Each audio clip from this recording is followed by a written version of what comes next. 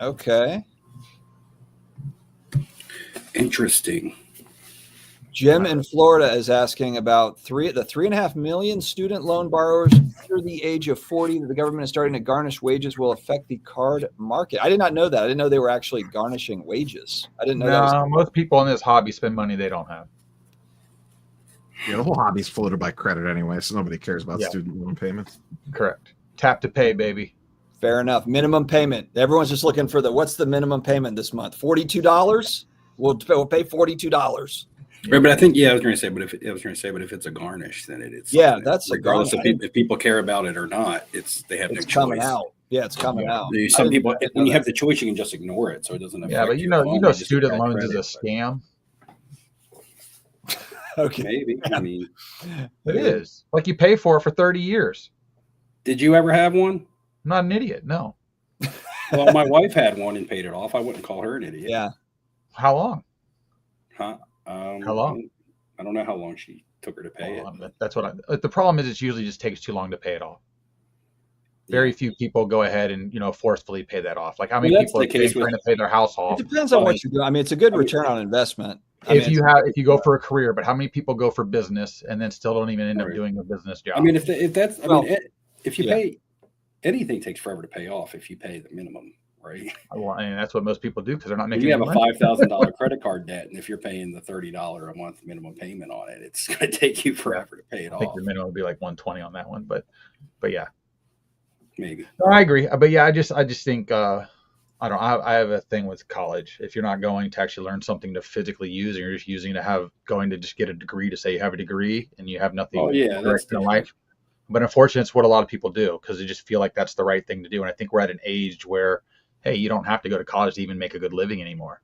I just think we're in a time that in the future, what's going to be a real job for a lot of people. Well, I mean, what has happened is when the cost of living keeps raising and states keep raising their minimum wage, but they don't raise the wages of what would you say, people with degrees. So like my wife is a registered nurse. Yeah, well, she has a good job. There used to be a big gap between starting nurse pay and what the Delaware state minimum wage was. Mm-hmm. But now that the minimum wage keeps getting raised, but the starting rate of nurses is not getting raised at the rate of which a minimum wage is being raised. Mm-hmm. Now it makes it look like there's not much of a gap between a register/clerk job than there is an actual job like where you need a degree, like in the medical field.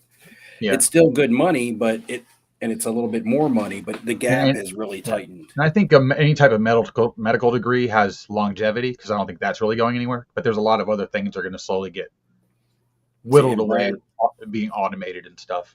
Brad Noble in the comments said something about his teacher pay. Now, Brad came to my hometown on Friday. Was it Friday, Brad? This Friday. And we hung out and we went downtown. We had wings. We went to one of the local dive bars here in my hometown. He brought gifts for you guys, which I have. He gave me to give to you, and I'm still trying to decide whether or not I want to give them to you guys or not. Yeah, my gift. But I told you guys that he got you a gift, and it's the thought that counts. So, but yeah, I have gifts to give you guys at the National. And we hung out. I had met Brad at an Ocean City card show one other time, so we had met before. It was cool and chill hanging out, which I would hang out if any of my viewers were from around where I live because he's not too far from me. I consider my viewers to be friends anyway, so it's cool to hang out. But he's also talking about teaching. And the other thing is that my daughter actually is back in college right now for teaching. There we go. So we need teachers bad. I'm seeing a lot of teachers just from having kids in school. A lot of teachers leaving the profession. That's wild. Mm-hmm. Yeah. Like I remember when I was growing up, teachers were there. It was like Mrs. Smith has been here for 25 years. I mean, now it's like they are just bouncing out. Think about it. How many people are anywhere for a long time anymore? I don't know. Look, I went from pale to red. Like I was out in the sun so much the last 2 days that like now my face is red. I like what Steve's concerned about. Took Daisy to the beach all day yesterday. I went to an auction, man. Went thrifting today, man. I've been buying all kinds of shit. I love it. Yeah, thrifting, and I love thrifting. Now, Rob, we already know you're definitely going to the New York Fan Fest for Fanatics. Have the other two of you locked that in like you're going to, or Where are you at? I know, Steve, you were trying to figure it out because you are already taken a lot of. Yeah, I just don't know. Like, really, the only reason I would go is because Neo's going. Like, I really don't have a whole lot of interest in the show itself. I would go to just hang out with Neo. So Steve would just be in line doing like 50 WWE walkouts. You know what I mean? It's like, you know, like if nobody here on this panel was going at all, like I wouldn't be going. Like I wouldn't even be considering it. The only reason I'm even considering it is because Neo's going. It'd be cool to hang out. But I want to go. I just don't know if I'll be able to do it. It's going to be based on what's going on at that time with work, especially. Right. I mean, I have a lot of slabs to move, but I don't even know if that would be the right place to move them. Probably the right place to move them right now is probably online. I agree. That or at certain shows. Yeah. I mean, there'll be a lot of the normal shtick of people like buying and stuff. But well, I mean, we have Brian. A really good 400 to 500 table card show. I need to dial up Brian Gray. He says he's paying 90% on graded cards, right? Yeah. Well, that's where it needs to be at. That's better than eBay. Way better. I have some stuff I kind of want to hold. If you could complete a sentence against them, we'll pay you 92%.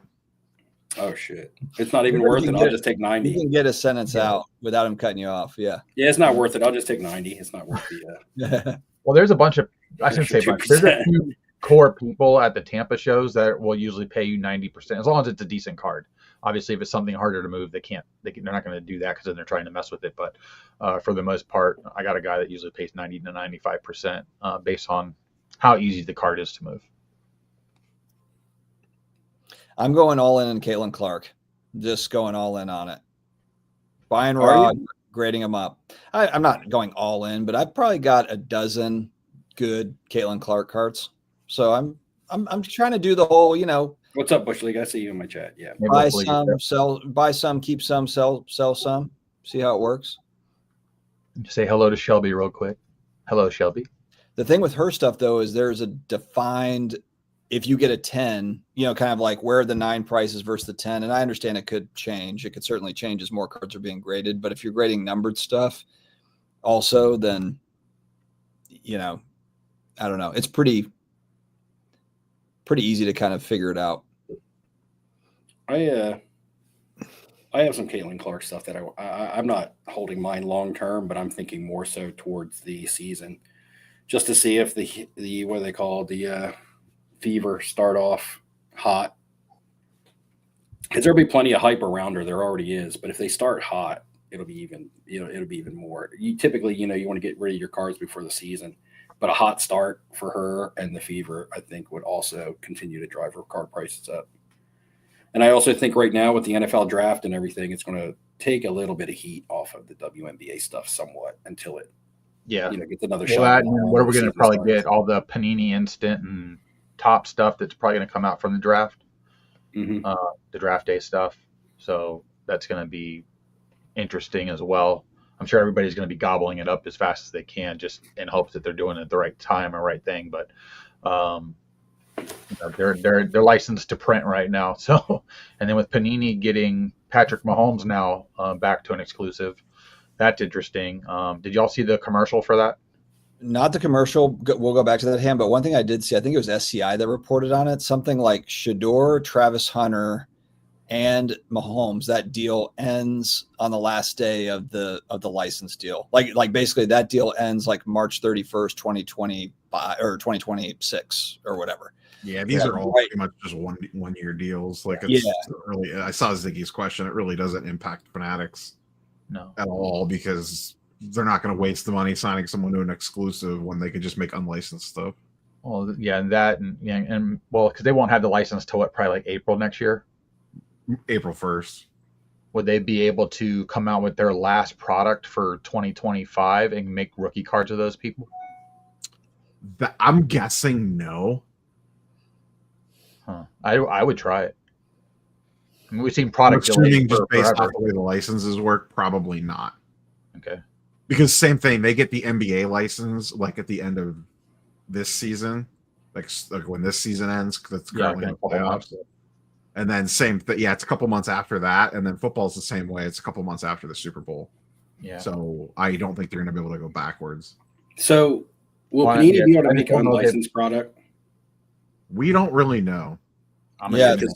Yeah, because it is the league and the players association. So that's the quirk is that right. It's the league and the players association.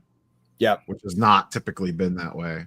Because I'm just curious, because right now the unlicensed shit that like the Topps Chrome football and things like that a lot of breakers and stuff are pumping it because they need to sell it and they need to move it. It's fine. It's a business that they got to do what they need to do.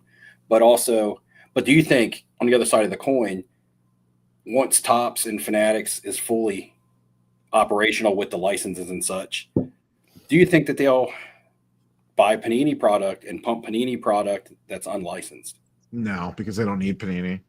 Exactly. So, I mean, that's what I mean. Because a lot of the stuff that they're doing right now is into getting into good graces with Fanatics and stuff. That's why the unlicensed stuff is being pumped up, because it never has until now.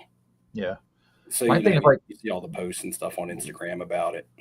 What IP could Panini get to make them have any type of noise made from it? Like what are we missing in the hobby that, other than obviously non-sport music type actor cards? And I don't know if they would try to do was it like an Americana set again, maybe rebrand it as something else and then do that. I think that's where their play would have to be honest with you. They are locking down some athletes though, right? They've locked down some athletes that's going to be exclusive to Panini. So even though it's unlicensed, there are still some athletes. And when you start talking about players associations and such, they'll still be able to sell the athletes. A lot of those athlete deals end when the license ends. But I find that interesting because when I watched the Mahomes actual video that they played, the commercial, I'm pretty sure they're saying non-licensed, because they were showing images of him with no logo on the helmet, not in Kansas City gear. They're showing downtown style stuff. So it made me feel like that was going past that point, because they're literally talking about non-licensed autograph. They probably don't have a license to use them in a commercial like that. Like they probably don't have a license to use the NFL logos in a commercial. They did, correct. They did not. They have it for trading cards, but I don't think they could use it in a commercial like in a video. Well, again, if you go watch the video, I don't know if you can go get it and play it if you want to. It's not very long. It's short. I saw it on Instagram, but it shows Mahomes in like their versions of their downtowns and stuff, just like in street clothes, throwing the ball and stuff, and with like cool logos and stuff behind them. So I have go ahead, keep going, because I have a question. It's not super. No. That's about it. Again, but it is about cards in general. And it's just kind of like maybe one of you guys know this answer.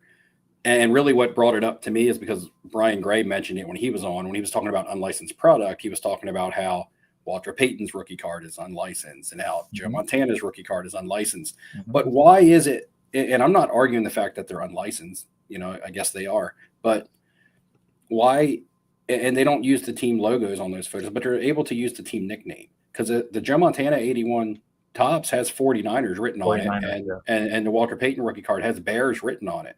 But nowadays, unlicensed product, you're not allowed to use the team name. You're just allowed to use the city.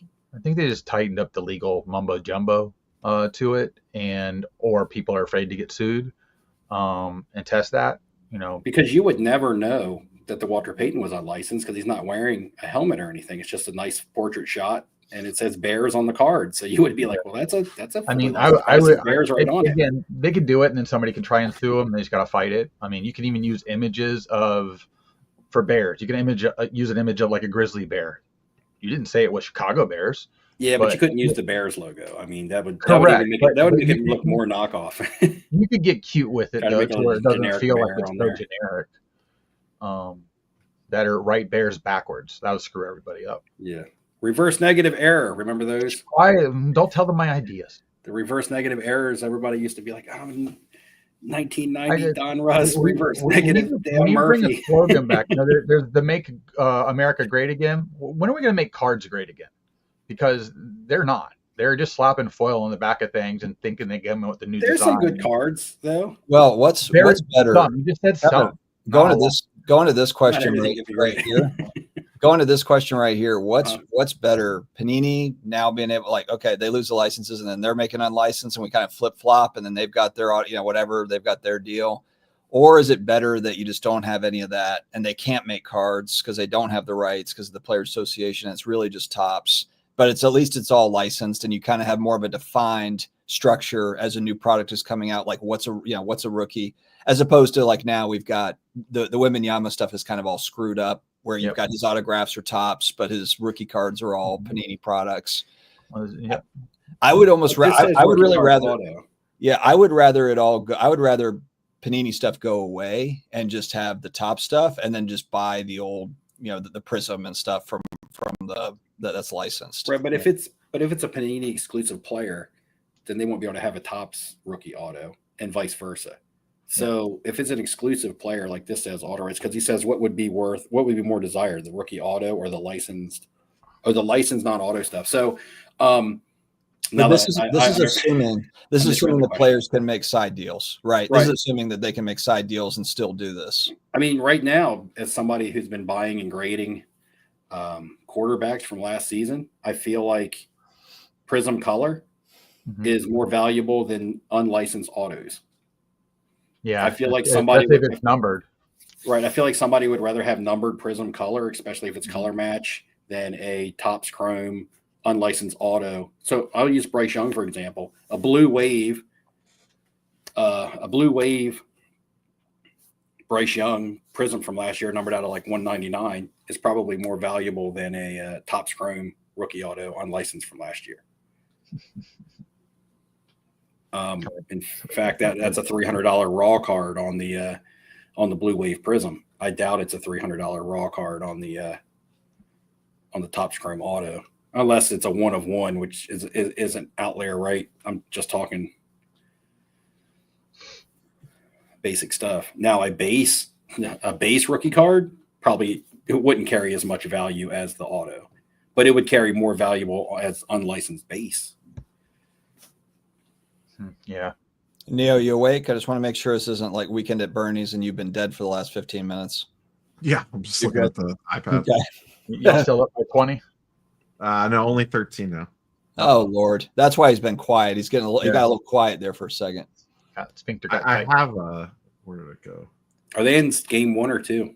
Game 2. Game 2. Did they win game 1? Yeah. I have not heard of any high-end WNBA products yet. But man, that would be a shocking miss if Panini does not make any high-end Caitlin Clark stuff. Because they have the license right now. Yeah, I mean that would be a wild, but now, Neo, you talked about it. They haven't been making money on their Panini, lotto ticket stuff, like Topps Now has been. Panini's been kind of slacking there. The Panini Instant? Yeah, they don't even do a great job at that. Like they just now are like, oh wait, we should make lottery ticket things too in our instant products. Only took them 5 years. Have you ever watched how they print the instant cards when they're at like the rookie debut for the football players? Mm-mm. Okay, so if you go and watch like last year or the year before, they're printing them. They show the Canon printer that they're printing them on, and they're literally just printing a 2-sided image, and then they're cutting it out right there, and then they're having them sign it. I was like, that's how you do it. You tell me you can't print cards yourself? I'm not asking for 1 billion of them, but damn it to hell, you can't just throw me like 10 of something cool. Very disappointing with that. But I was like, that's the printer I want. So I like screenshotted it, and then I did my Google search lens, so I know which one to buy now. People have been saying this for a while. The BGS thing still drives me nuts. I don't see how their grading has gotten worse. The company sucks, but the grading hasn't gotten worse. So I don't get why a 9 got a great slab. You still see some of the biggest ultra modern cards going to BGS. Correct. Yeah. Because people are, hoping they don't want that PSA 9. They're hoping for the BGS 9.5. Oh yeah, you dodge a lot of that. A lot of that super high end stuff is getting graded on site at Dallas. Yeah, they got Roth cards. People want a quick grade to flip it. That's why I said the vending machine on site at Dallas. Well, yeah, they get the raw card. You can get the raw card review first, and then but you can get the actual on-site graded the at whole Dallas. slab, everything. Yeah. Right, but a lot of people like the raw card review first because if it's not going to get a certain grade, then they don't want to pay for it. But I think that's why you see a lot of that high-end stuff in BGS specifically for that reason. Oh, yeah. But if you're hoping for a BGS 9.5 because you're scared it might get a PSA 9 and then it raw card reviews as a BGS 9, then you're probably going to take it out because you'd rather have a PSA 9 than a BGS 9, right? So typically a BGS 9 and a PSA 9. Yeah. I mean, I guess it would depend on what it was, because the last card I saw Roth do it with was the Black Prism.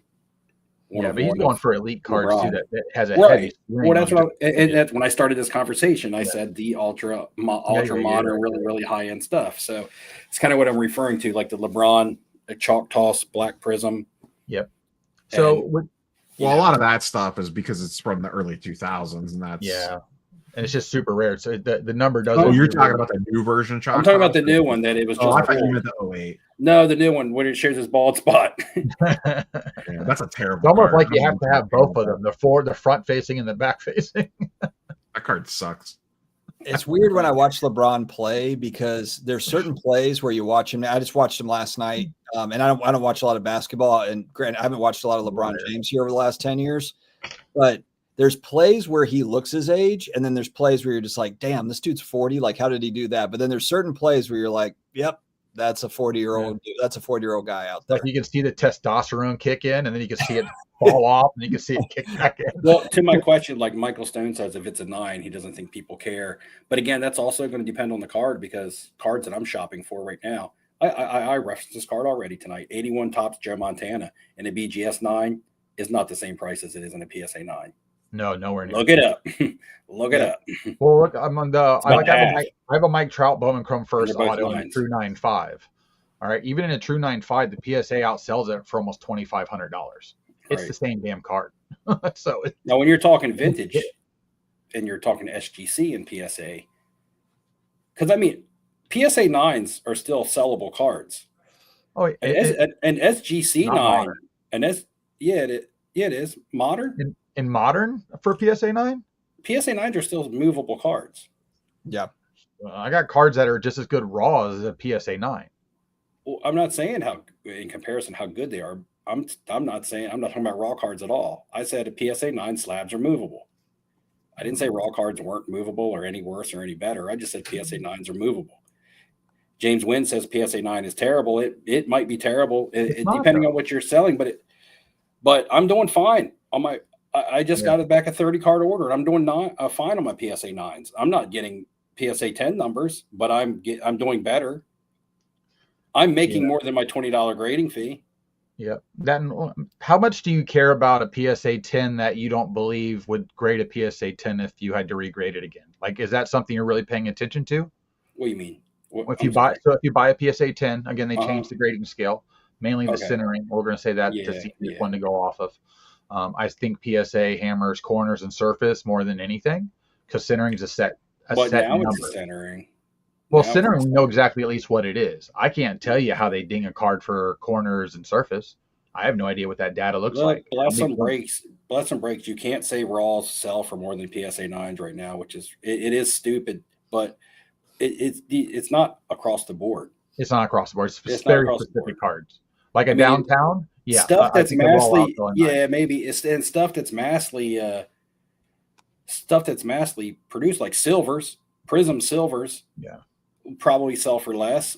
Like if you bought if I bought a Bryce Young Prism silver and I tried to get it graded and get it, I guess a Bryce Young Prism silver is probably going for anywhere between 150 and 200 right now. They were 150 a little while back, but his market's bumped, so they're probably like 160, 165 maybe.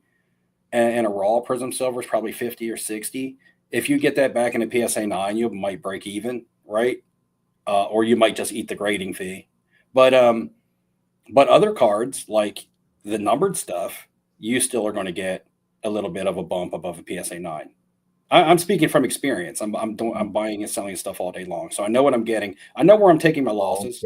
I know where I'm taking my losses, but I know where I'm also winning on PSA 9s. A lot of times, when I look for raw cards to buy, I look for raw cards that actually sell better in a PSA 9 than they do raw, because that gives me a safety net for when they don't grade a 10. So I have found cards. I don't advertise those types of cards, because then I have competition for myself. And right now it's business mode, right? So it's tough to say, hey, I did research and this ultra modern card sells better in a PSA 9 than it does raw. Then next thing you know, I know competition, right? I'll say too, one thing, so with the Caitlin Clark stuff that I've been doing, a lot of the numbered stuff, I can break even on a 9. And if I get a 10, then I'm golden, is kind of where a lot of those look. But one thing too, my friends over at DC Sports 87, they made a little bit of a mistake, I would say. Good for buyers, but they listed both of these cards at the same time. So they ended at exactly the same time. And this is the future insert select. It's numbered out of 49 and they're PSA 10s. So I've been watching these cards. I've been trying to buy them individually and they were selling about $500-600. There's one that sold for like $700. This is going back over the last couple months. Both of these ended. I put in like $500, $510 for each of these. I've won both of them at $375 each. So there's a lot of variance with the Caitlin Clark stuff. If you're watching auctions, that's just an example of where the same card was listed twice to end at exactly the same time. So there was an opportunity there. I figured I'd probably get one of them, and I just got lucky and got both of them at a really good price. But there is a lot of variance, and I understand, like, obviously there's condition stuff. Like you'll see a raw card, like numbered prism stuff for Caitlin Clark. It'll sell, far below another one, but you can see there's some corner issue. There's a surface thing or whatever. Mm-hmm. But there's also a lot of clean cards out there that are selling for good prices if you're paying attention. I'm using. You mean in raw? Like raw, clean raw cards? I've done good. Raw to great. I know, Steve, that's what you've been doing too. My last 2 videos have been my PSA reveal, but I've done it with my grades that weren't so hot. I've done it with my 9s, and I'm waiting to do a video on just my 10s. And everything that is in that video, I bought, except for one card, I bought raw off of eBay. All of it raw offline. Actually, I'm sorry.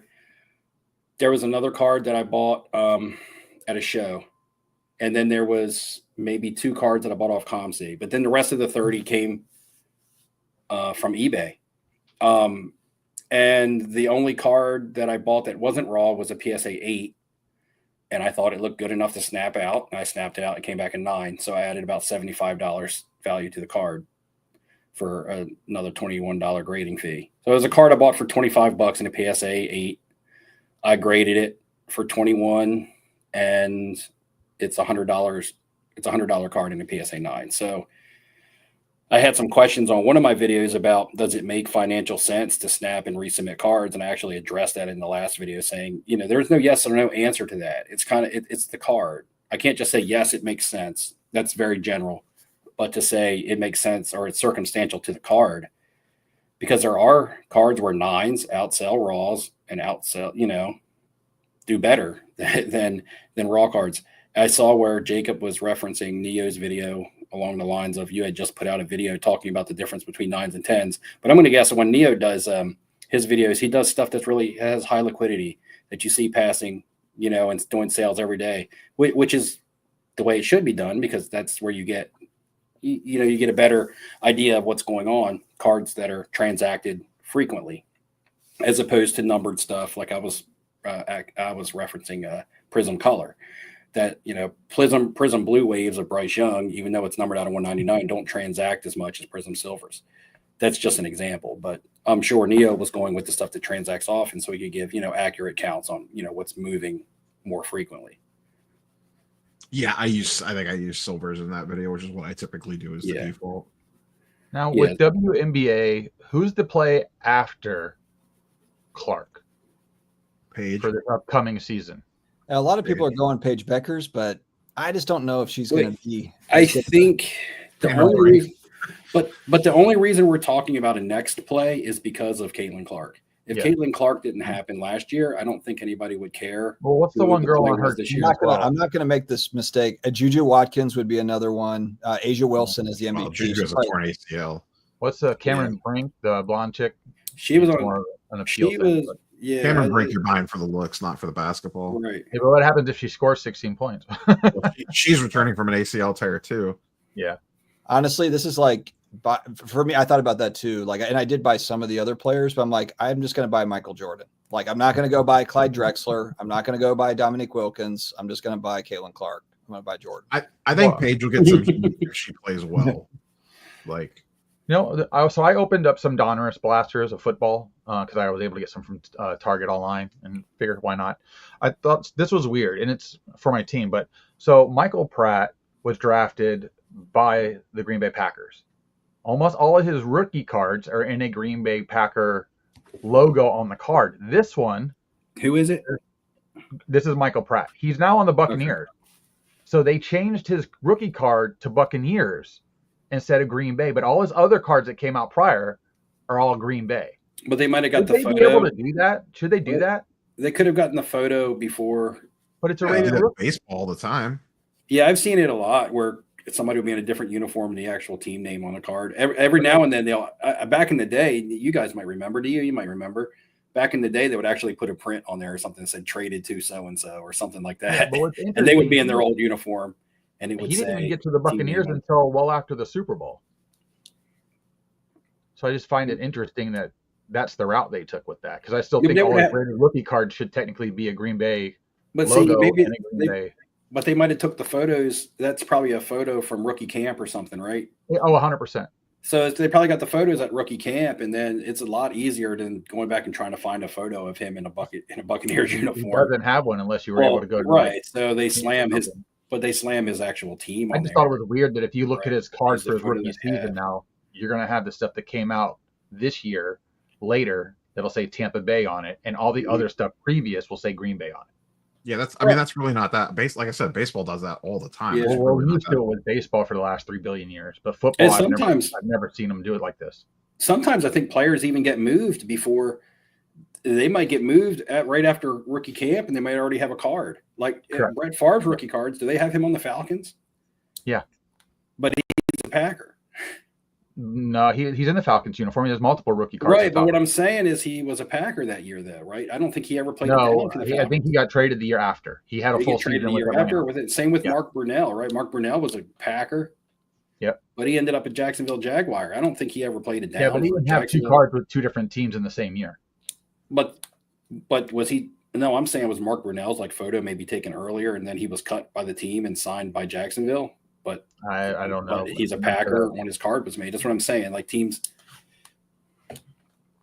Yeah. So ET Blackbeard, we're gonna answer this real quick. We'll go around the let you buy it back player any sport right now. I'm gonna go with Luka, because I think that Luka, there's a lot of excitement. Can the Lakers pull it off? There was excitement with him going over to the Lakers, and cards moved up a little bit. I don't think that Steve is going to agree with me, because Steve is such a huge Luka fan. Oh no, I agree. I think that Luka's a guy that I don't think he's going to win the title this year. And so it's like, you can just get these cards in the off season. Like, why buy it now? You can buy it back later. Thank you for saying he's not going to win a title this year. I finally got somebody on the panel. Well, now that I said that, they probably will win it. Neo, who's your player? You're right. They probably will. I think you could pretty much say any NBA star not on the Thunder would qualify for that. Oh, okay. Okay. Yeah, I think the NBA right now, for the most part, you could play that fiddle till the beginning of next season. But I think that's just common with that market, to be honest. I'm gonna say one, and Dustin's not gonna like my answer. It better not be Bobby Hebert or Derek. Well, you can say Derek Carr. No. Hey, Derek Carr, you can buy the Derek Carr cards whenever you want. Caitlin Clark. It's Caitlin Clark. No, I think that's fair. That's a fair statement. All the cards are hot, so I get it. Right. Get it. I like I said, I still think there's a cooling and a rewarming period, like NFL draft and some other things in the news and stuff are going to take over some, and then the WNBA season is going to roll around. But where do you go with Caitlin Clark cards from here? I know you're looking at them as a long-term play, so I mean, you can explain your thought process to me as somebody. I'm somebody who wants to sell them, but I want to wait till maybe July. My big thing with her stuff, and I'll let you finish, Steve, but the one thing I want to interject is the lack of sets for her. So when I'm looking at like what rookie cards does she have, and you're really looking at Select and Prism, we don't know if there's Flawless, we don't know if there's NT. What if they never even make that? What if they never make any of that stuff? So I'm factoring in. I think they will. I think they'll crank out something. Right. But it might come out in 2020. I think the problem for me is, and that's just not to shit on the WNBA, but the problem is just nobody cares about the league that she plays for. They care more. This is one instance where the player is bigger than the league. I agree. And people care about the player. So what would happen if the WNBA was to go away? Who would Caitlin Clark be then? The Caitlin Clark League she would be like what could have been, right? She'd be on the Globetrotters. Because she's not the first. She's not the first great WNBA player. Now she's the first, I guess, like maybe exciting, entertaining. People just like people like to see what she's going to do. Yeah. But even if even if she does everything she's supposed to do this year and she's an MVP, let's say she's an all-star MVP, and she's an MVP and she's a first team all WNBA and she wins a title and all that, what do you see for her cards after that? I don't think you also have to factor in the cultural significance. It's kind of like in the 80s. It'd be like Madonna meets Michael Jordan and it's 1986. So we've got to get Michael Jordan cared about a product or played for a product that people cared about. That's what I'm talking about. That's the difference. Well, the NBA, I don't know. Actually, Michael Jordan kind of brought. Whoa, hold on a second. Michael Jordan brought that product out of from the dead. Larry Bird and Magic and Larry got it started. Magic and Larry got it started, but no, they didn't get it started. It was started. They brought it back from the dead. NBA playoff games weren't even being televised till Bird and Magic came to the league. They were being shown on replay. PBS, baby. Yeah, like I can't even say live playoff games. Playoff games were being played on replay until Bird and Magic. So I'm not saying that if Bird and Magic weren't there, that Jordan wouldn't have come along and then been that guy. But they did springboard the league and actually made it available for more eyes to be on Jordan. But not saying that Jordan might have not done that on his own. But it was multiple players, and there had to be really strong competition. There had to be other teams and players that people cared about to see who either Jordan was going to beat or who was going to beat Jordan. If you don't care about who Jordan is playing against or who's playing against Jordan, then why do you care a whole lot? I'll throw another factor at you. So 41 out of 44 of the Fever games are going to be nationally televised this year. Mm-hmm. Last year there was a handful or something like that. Right. So more broadened exposure. Okay, so to back that question up now, this is exactly proving my point for me. So how many of the other WNBA teams or games are going to be televised like that? It doesn't matter. It does, because I'm talking about the product. I'm not talking about one team and one player. Yeah, they're selling a player, yeah. So if Caitlin Clark and Fever are selling out and getting all these live televised games, but nobody cares about Chicago versus LA, right? Nobody gives a shit about that. How many live games does Chicago have this year? Nobody can tell me. You know why? Because all the ones they don't care. I'm just saying. I'm saying right now people care about one player, and because they care about that player, they care about that team. It has to trickle over into caring about the league. Everybody up here, who's watched the full WNBA game? Not me. I've watched more WNBA in the last 12 months. and if you throw in Iowa basketball, I don't even care. Here's the thing, too. There's still a thing with female cards in the hobby. Right now, Caitlin Clark's probably the highest rated or valued female athlete, right? When probably it should be Serena Williams, realistically. So that's what I'm saying. You could be the greatest at your sport and transcend it. At the end of the day, you have a ceiling that just does not move past. And I just don't see that for any female athlete right now until they become transcendent and like Cardboard really blow out. Right. And Cardboard Collaborative is talking about how it's just a smaller market. There are people that care. Yeah, there are people that care. And the fact that it's a smaller market is actually what hurts it. So thank you again. People care about field hockey. It says, yeah, I know. I'm glad you guys aren't talking it up, because then I can get more. I have high-end Caitlin Clark cards. I have high-end Caitlin Clark cards. I'm just saying that there needs to be more growth within the league. It's not going to be just be able to be, because eventually people are going to get bored with one person. When Jordan was winning, even when Tom Brady was winning in the NFL, people got bored with Tom Brady, unless they were Patriot fans. What are you talking about? Angel Reese averages a double-double every night. Why aren't you investing in her cards?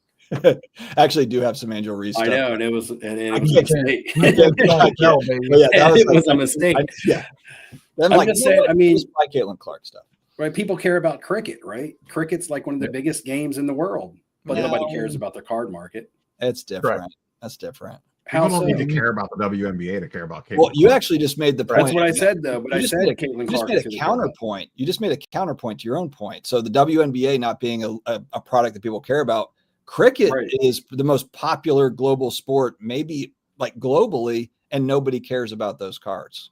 So or stickers or whatever there is. Right. But do they have autographed cards of those people? Like, has that market even attempted to be tapped? I'm not going to pretend to know the cricket card market. Because outside of our country, soccer's bigger, probably one of the biggest. That's card what I'm markets outside of saying. basketball. And That's what I'm soccer as saying. well. The Yeah. WNBA as a whole is basically cricket. I'm talking. It's one person right now. One person is the only thing driving hobby popularity. Is there a female? I watched LeBron James play last night. I'd rather watch a few. I'd rather watch. That's fine. That's fine. I'm not saying what you would rather watch or not watch. You know, would you rather? I'd rather watch a. But I'm saying before last year, compare WNBA or Panini Prism sales, wax sales from this season to any season previously. Well, yeah, female Michael Jordan is in this set. That's I know. For a lot more. I think 40-year-old Michael Jordan would be scoring 15 a game or more. Oh, God. Against these defenses? Are you kidding me? Correct. He probably still averaged 30. He wouldn't even have to do it. The funny part is he would have to create a shot. He'd have to do his patented fadeaway jumper. He wouldn't even have to bother with that in today's league. Yeah. He wouldn't have to do a fade. He wouldn't have to. Wouldn't be scoring 15. If he can, I don't know if he would or not. If he gets to score, if he gets to run and have 3 different steps to score, nobody can stop him. So Shea makes a pretty solid point at 950. I'm not saying I wholeheartedly agree, but I'm at 932.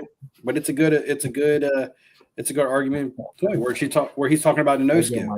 Remember when the Prism product came out and Sabrina was all the hype in the world? I thought she was supposed to be the best. Everybody had to chase her cards, and her Prisms were so much money and stuff. And I know it was a different time in the market, but what happened? Like now it's Caitlin. And what's the other girl coming out of college that they're all talking about? This is exactly a new person. Hector nailed it. It's the style of play. That's really what it boils down to. It's a style of play. Mm-hmm. Caitlin Clark, and I know, like, she wouldn't, like, I understand she wouldn't be able to get the shot off probably in the NBA against NBA players, but when you can shoot long distance like that, it's just different. It's a different style of, and look, the entire NBA is now based off of this style of play. The other part that's really underrated about her is her passing game. That's what I actually enjoy watching. There's actually fundamentally good basketball happening. On watching. I'm curious what's going to happen with basketball too, with the 3-pointer, just because the guys that have been so prevalent over time, they're going to be phasing out. Who are those next guys that can even shoot like those guys, 3 feet behind the arc without a problem? There's not very many of them. This might be blasphemy. This might be blasphemy for basketball fans that watch a lot of NBA, but I think the NBA needs a 4-point line. I really do. I think that's the only way that you're going to kind of keep. What about the dots on the floor where you have to shoot from the dot? What was that? Was that like MTV or something? Yeah, I don't know. That would actually make the NBA worth watching for me. Is if you have there's actually like a beyond the arc, kind of a 4-point play. I think that would make it more fun to watch. And if you're on the dot, you could check them like it's American Gladiators. Pure excitement. Yeah, you can tackle them. Yeah. All right, let's flip over. Tomorrow night is the draft. I'm going back. I started this comment from Sean, and there's a bunch of comments about Jackson Dart and all this stuff. Steve, your Dolphins are picking in the teens. Is that right? Don't care. Ham, your Bucks are picking in the teens. Where are your Bucks picking? 20? Something like that. Yeah, I mean, we're going to be looking for best player available on defense all day long. We really need safety help and/or corner. And I think that's the target. Unless we trade back, Jason Light has been fantastic at drafting. So you can't really argue with whatever he does. He seems to have a team behind him that knows what they're doing. And, I mean, my team's gotten better in the offseason. And I just need more players on the team that you can sub people in and out, really. Jesus, you're really on the Bucs train. How'd they get better? Who'd they get in the offseason? We re-signed Chris Godwin. They re-signed Baker. They got Baker. Remember, those guys were free agents. You still got Mike Evans? Yeah, still got Mike Evans. He'll retire here in the next couple years. Mike Evans is due. He's due up for a little bit of a slide. That guy's been too good for too long. He's not going anywhere. It's the way they forced that 1,000 yards on him this year. He's just due for an ankle injury. He's due for a groin injury. He was hurt last year. The whole season hurt. I know, but he missed games and he plays hurt every year. Didn't he miss some hammy time last year? Yeah. He missed 5 games, 4 or 5 games. I didn't realize that. Look, Rich Tico, the reason why I don't care about the Dolphins draft position is because they're going to be sitting there and they're going to be waiting for the best player available, or they're going to be waiting for the guy that everybody wants them to take, and that player is going to land in their lap. And you know what they're going to do? They're going to pick the person that nobody wants, that doesn't help the team. It's not about caring about the Dolphins. It's just, need to draft a have you watched the Dolphins draft in the past 25 years? Like, they may have hit 1 or 2 drafts out of the last 25. Remember when we could have had Drew Brees? Took Jamar Fletcher, right? Bartholomew. Hey, I thought you guys went. Who needs a franchise quarterback when you can get a lockdown corner? I thought you guys had. You mean in the draft? You guys the Dolphins could have had Breeze twice. We passed him. Passed on him twice, and then went with Dante Culpepper. Oh, that was the free agency. Yeah, we don't discuss free agency much either. But Neo, anyway. who are the Browns going after? Yeah, are we doing Travis Hunter? Neo? Probably Hunter. Why are you going to ruin a poor guy? Dear Lord. Miami has to draft offensive line if there's offensive linemen available. But yeah, we need offensive line. It really doesn't matter who we draft. If we don't shore up our offensive line, we already let some of our better offensive linemen go. We brought in a couple free agents. One of them probably is really solid. And then Teron Armstead retired. So now we've got a big old hole at left tackle now. And you got Tippy Toe Tua back there, so you're going to have to watch yourself. I mean, at least it's not his blind side, but because he's lefty. He's blind on one side. But still, we got Tyreek with 1 foot out the door. And today, did he? Yeah, he doesn't even want to be there anymore. He's just looking for more child support money. Jeez, you guys. We have no defensive tackles. Like, our defensive line is obliterated. We literally have one. Ziegler. I think Ziegler is the only guy we have on the defensive line right now. We have a lot of stand-up linebackers that can play 3-4-4-3, but we don't have, like, linemen. Yeah. Become a Bucs fan. You just got to come up half the state, and you got a good team to go root for. We didn't even get Calais Campbell back, and he played pretty good for us in a role last year. Sorry, go ahead. So, do we think that if Topps takes over? Well, when they take over the licenses, are first Bowmans going to be as popular in those sports as they are in baseball? Will that become a thing? We already have first Bowmans. Fully licensed. The licensing doesn't matter on first Bowman because they're college. Yeah, well, but I still think. Yeah, correct. It'd still be a college card. I don't think they're going to make first Bowmans of them in pro unis. Oh, I thought that. Oh, okay. I don't think that crosses into that. Oh, yeah, not like they used to. They kind of now skip that point. So like it was back in the day type deal with it'll just say rookie card with a wave or something. They'll have their little moment in the sun before the real license stuff comes out, and then people won't care anymore. It's not like baseball. Like baseball has the history behind it. Maybe over time it becomes a thing. But like if I had a Wemby, I would want the Bowman first auto of him. But that's a unique situation because he doesn't have a licensed auto. Correct. So that's why that would be the only one I'd really want to chase. Yeah, but as soon as they get licensed product, that stuff usually cools off. It does. It's just because I would consider that still as a rookie card. It's going to be that fight over time where people are going to try and say whichever card they have is the best one. I mean, maybe the first matters if the player becomes like the next LeBron, like if they end up 100%. Yeah. But if it's just like random all-star player, I don't think it matters that much. And that's just more of like, imagine if Tim Tebow had a Bowman first auto. Like that would be hotter than hell. Well, just because of the Gator tie, because people love the Gators and they love him in the Gator uniform. That outsells every one of his other cards. This is college stuff. But it's a unique situation. Jeff would keep that market pumped. Oh, 100%. What do you think of Jeff buying all those Sports Illustrateds? I mean, I don't know what that move was about, but okay. Sorry to hear that. It's because PSA is grading magazines. CGC's been grading magazines for a long time. They've been doing it for I mean, I've seen them at every show for. Graded Sports Illustrated sell for big money. That's what he did. He bought the entire set that's almost all autographed. Yeah, if they're signed, that's always the big thing. Is if they're signed. I mean, even unsigned high grade Sports Illustrated sell for a lot. Yeah, especially the older ones. Yeah, if you're getting like first issue of Jordan or something, like he's on with what, James Worthy or one of those guys that you win the UNC jerseys. I mean, even some of the modern ones do pretty. I mean, not like the ones that came out like the last couple of years, but I've never seen anybody like in a collection displaying one of those. Ever. Like in the background, nothing. I've never seen anybody displaying something like that. Stay tuned. Is Kenny Pickett going to start for the video games? Yeah, what's the news coming out of Cleveland? Is Pickett going to be the starter? Super Bowl Flacco? Yeah. You think Flacco will start? I'm most interested in the Giants QB situation because that just looks like a giant shit show. The Giants. The Browns are probably going to draft someone with like their second round pick. Did they sign Wilson? Giants? Yeah. Giants signed Wilson and Winston. Winston, Wilson, and then they have the Italian. If the Browns have Pickett, Deshaun Watson, and they also have Flacco. Watson's out for the season because he tore his Achilles. Oh, he's out for the year? Are you serious? I missed that. Do you not watch sports at all? I just tune out whenever I hear Deshaun Watson. He got a bad massage, and now he's out. That's the third thing tonight. You've been like, well, what about this? It's like, I'm tired. You don't watch Sports Center like every once in a while? Guys, I've been so locked in on the WNBA and Caitlin Clark. Nothing else matters. Their WNBA is not even playing. What are you locked in on? Just the cards? Oh, man. How many saved searches do you have for Caitlin Clark? let's not hope on the Browns like an Angel Reese card. Yeah. Oh, man. I'll be jealous if the Browns get Travis Hunter. That should I'd be upset.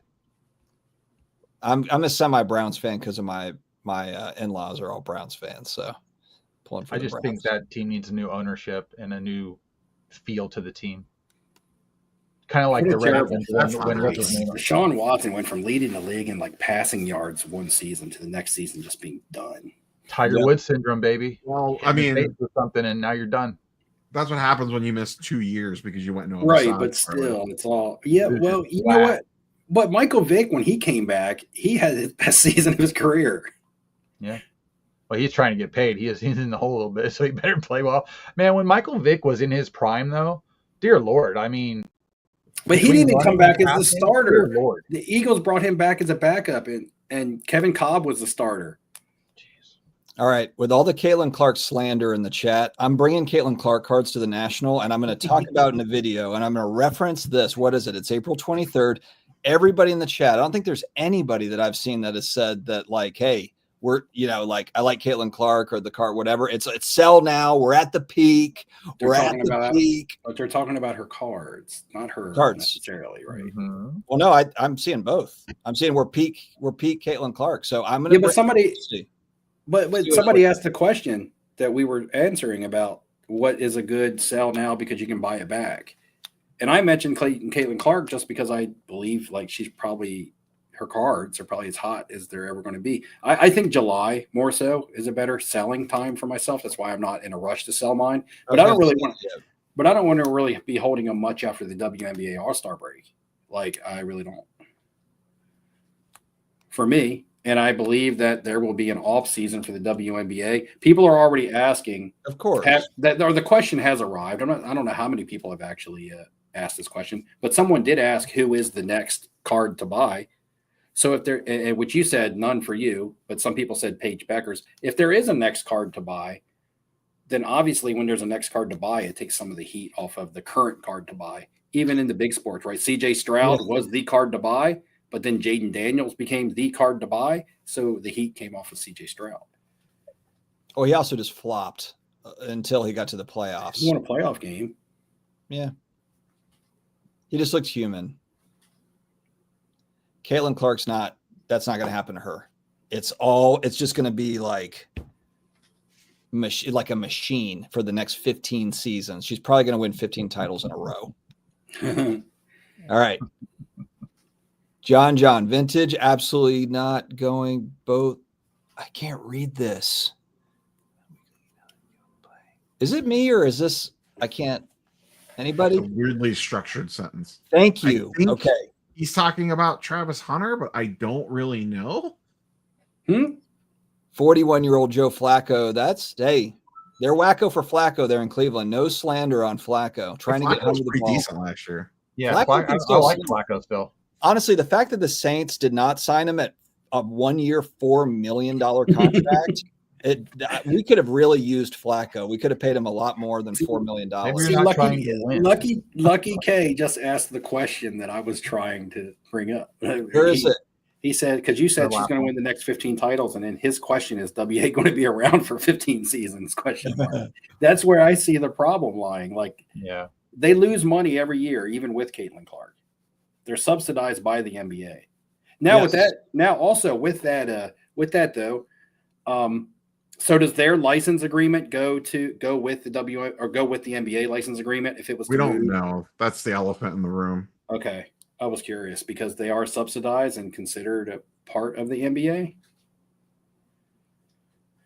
I assume at some point in time it's going to end up with Topps, but I wonder if it's on a different timeline than the NBA deal. Maybe. Yeah, I don't know. See, John just said Travis Hunter cannot play both ways in the NFL. I don't think that's true. I think he'll primarily be a wide receiver, and then they might use him as like a nickelback or something. Yep. The competition's a little stiffer in the NFL than it is against whoever. Well, it's just too much demand. It would be too much demand on somebody to play.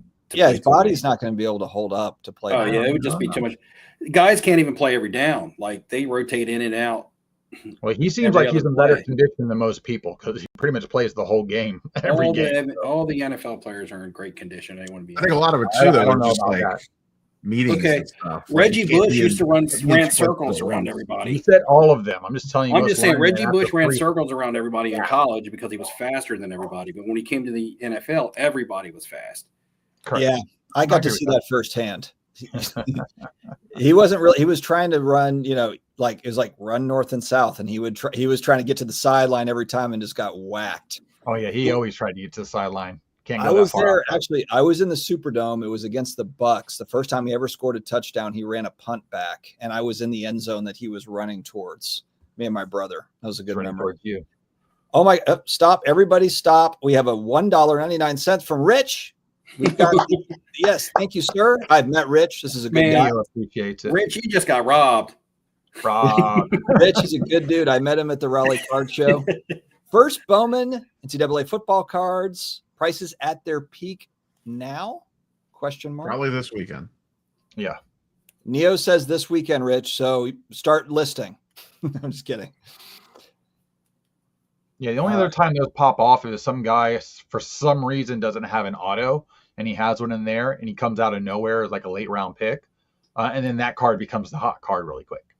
That's usually how that works. Or if that's just a really big fan cult following for that team, then there's going to always be a secondary collector value to it from the college aspect of it. Kind of like baseball too. Like around here, people buy players that went to local high schools, even though they're on teams that they don't, root for. I think Hunter's going to want to play both ways, and then he's going to try it for one season, and he's going to be like, you know what? I think I'm good. I'm going to stick to one side of the ball. I'm not going to do this. It's just it's too taxing. Talking about two-way players, I saw that Shohei was pitching today in just the bullpen. I don't think they use him past a reliever unless they have to have a starter. What are your thoughts on allowing him to even pitch versus hitting? Neil? I don't know if they'd want him doing the up and down versus a scheduled routine as a starter. They could use him. I could see them using him as like an opener, like the Rays do. Yeah, I think they would do that more than having him come out of the bullpen, because you can't have him go warm up in the middle of a game when he's playing. That's too complex. Unless he's playing DH, then he'd have a whole. I mean, he is DHing every game, but I still think that would be hard to send him down there to warm up. So I think they would just use him as an opener. I could see that, but I think if they went to the playoffs and need a reliever and they're looking for an out or two, they'll be more than happy to say go down in the. They also have a really deep rotation. It's ridiculous. Their whole team's ridiculous. If you go look at the amount of in the playoffs, is a different animal. It's ridiculous. Playoffs is a different animal, though. They try to run their starters out there every other game in the playoffs. Yeah, but I mean, pitchers when they're all healthy, it's ridiculous. In the regular season, you don't want somebody to get hurt because you're hoping to make the playoffs. Once you get to the playoffs, you work your pitchers as much as your best players as much as possible because you're eliminated if you're going home if you don't win. What do y'all think about Paul Skeens being not as dominant as let's say his prices reflect? I mean, he's been fine. He just hasn't been insane like he was last year. He's no Caitlin Clark. I think we can say that. Baseball's been really interesting this year. I mean, obviously what Judge is doing is ridiculous, so I'm assuming there's going to be a pretty heavy bump on his rookie cards here coming up for sure, especially if he can keep it All-Star break. And I'm not even a big Neo guy. I'm gonna start using that. I'm not even a really big Neo guy. We need that soundbite. Yeah, I mean, I'm not really not even a big Neo guy, but yeah. What's wrong with Neo, man? Nothing wrong with being a Neo guy. It's like being a Paul Heyman guy. That's a good thing. Jacob's just lobbing grenades in the chat. Not sure Ham understands baseball. Dustin doesn't know anything. Dustin doesn't know anything about anything. Yeah, well, there was more of the fact. Let's say he plays the first 5 innings, and then they tell him to come in to pitch in the 8th. They'll just do the opposite of that rather than having him come out of the bull. I just don't see a path. And I'm just waiting to see how they use it. I'm just curious of that thought process. Well, we found Neo's wife's burner account here, Jacob. So to answer your question about the sell now and buy again later, I would say it would be Paul Skeens. Is your wife coming to the National, Dustin, or are you flying solo again? I think I'm going to be solo this time. Well, we're stacked on top of each other in an Airbnb. Make it a boys' trip. Yeah, as much as she wants to come and hang out with all the guys. Yeah. How many bedrooms in there? 3 or 4 bedrooms. You got an Airbnb with 4 bedrooms? 3 or 4 bedrooms, yeah. Definitely 4 beds. Are you for sure? You must have sent me a copy of the wrong one. You sent me to the wrong house. You got me somewhere in Chicago, man. Don't worry, you can Uber over to us. I thought Flip and Steve was going to be at the National this year. Have Neo come pick you up. He'll have a car. I'm not Uber. The airport's close to the area. You're Nuber. I mean, we're walking distance from the place. It's a lot longer walk than you think versus a car. Right. We're gonna have the especially in Chicago in late July. It's a 45-minute road in front of the place versus walking. Wasn't there that year you guys tried to walk and then it was a torrential downpour when you got? Ham and I got caught in the rain once, but we were close enough to walk. It just happened to be raining buckets that night. It was like we'll be fine. Yeah. No, what was the one time where the hotel got shut down and it was pouring? The Lowe's Hotel. Oh, yeah. They're kicking everybody out. They had the cops. That was it, right? We went outside. It started raining him, and we were hiding in that bus stop waiting for our Uber. The rain was coming in sideways. 6 inches of rain on the curb. Yeah, it was coming in. So I had video. We had to like jump over the curb to get into the Uber to not get but we had a cool Uber driver. We did. We got in the car with it. So when we go to dinner at the Italian restaurant, are we just not taking Dustin out of tradition? I think at this point he needs to experience it. I don't know that I want him there after he dissed our dinner so many times. He needs to understand. Listen, if he's buying, and we should invite him. Oh, I'm definitely not buying. So what? You got all these Caitlin Clarks. You should be rolling in. I'm going to go to the Red Lobster. I thought they were bankrupt and all closed down, and apparently there's one right down the street. It's probably just called Red Lobster. It's not actually the Red Lobster. He wants to go to the one Red Lobster that's still open. Welcome to Jose's Red Lobster. It's like the last Blockbuster and the last Red Lobster. Let's do it. Holy crap! They should have a mall with just old stuff in it, just old businesses set up in it. That actually sounds kind of awesome, Jacob. Yeah, there's something I saw. All right. Well, Alex wants to bash Pokemon. I'm caught up. I skipped about half an hour of chat, so I'm caught up now. Rob, did you get any of the new Pokemon? Define new Pokemon. Team Rocket crap, or whatever it is called. No, it's not even out yet. I'm just asking if you got any of it. Team Rocket. Okay, that's what I meant. Listen, I think that set's going to be just go up. Like it's going to blow Prismatic out of the water and price scale. All right. Red Lobster still got the good Cheddar Bay biscuits. That's about the only thing good on the Red Lobster menu. Yeah, right. Yeah, that or popcorn shrimp or endless shrimp. We're going to have all the adrenaline pumping. We're going to be bouncing off the walls. Yeah, it's funny. My guys were at the Target this Tuesday when they were doing the drop. They're now making all the card people stand outside, and you have to take a number, and then they let one person in at a time.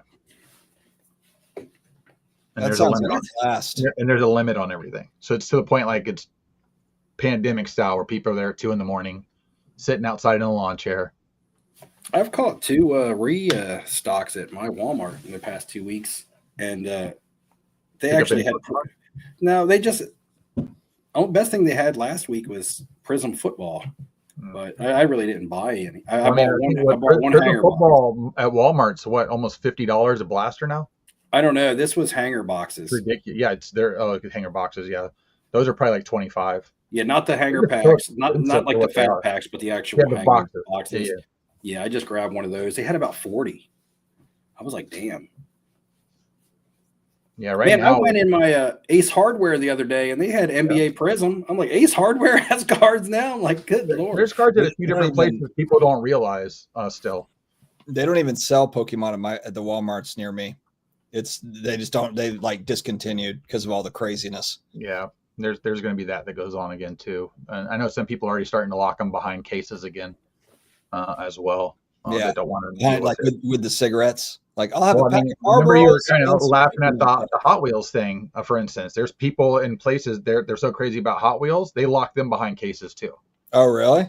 So your $1.19 Hot Wheel is literally behind a case.